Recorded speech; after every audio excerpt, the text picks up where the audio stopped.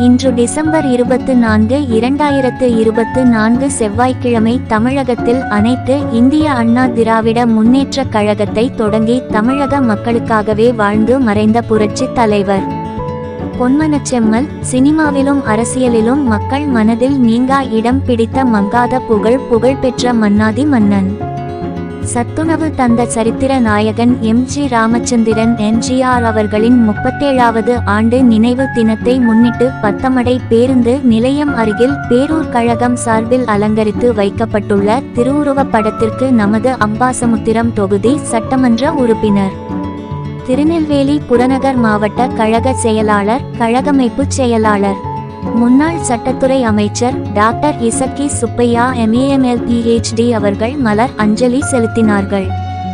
இந்நிகழ்ச்சியில் சேரன்மகாதேவி ஒன்றிய கழக செயலாளர் ப. மாரிசெல்வம், பத்தமடை பேரூர் கழக செயலாளர் எஸ். சீனிவாசன் மற்றும் கழகமூத்த முன்னோடிகள் நடராஜன், கோல்டன் கட்சி, வெள்ளபாண்டியன், வழக்கறிஞர்கள் மாரிகிருஷ்ணன், பாலசங்கர், இசக்கி பாண்டியன், டெய்லர் மாடசாமி, அண்ணாதுரை, முருகன், KTC, முத்துகிருஷ்ணன், வேல்முருகன், அம்பாள் முத்துகிருஷ்ணன், செய்யது பக்கீர், பூரணம், அசன் பிள்ளை, நல்லகண்ணு, மழுக்காமலி, சிந்தாமாதர், மங்களா பக்கீர், பிரான்சேரி என் சுப்பிரமணியன், PRO மற்றும் மகளிரணி கழக நிர்வாகிகள், தொண்டர்கள் கலந்து கொண்டனர்.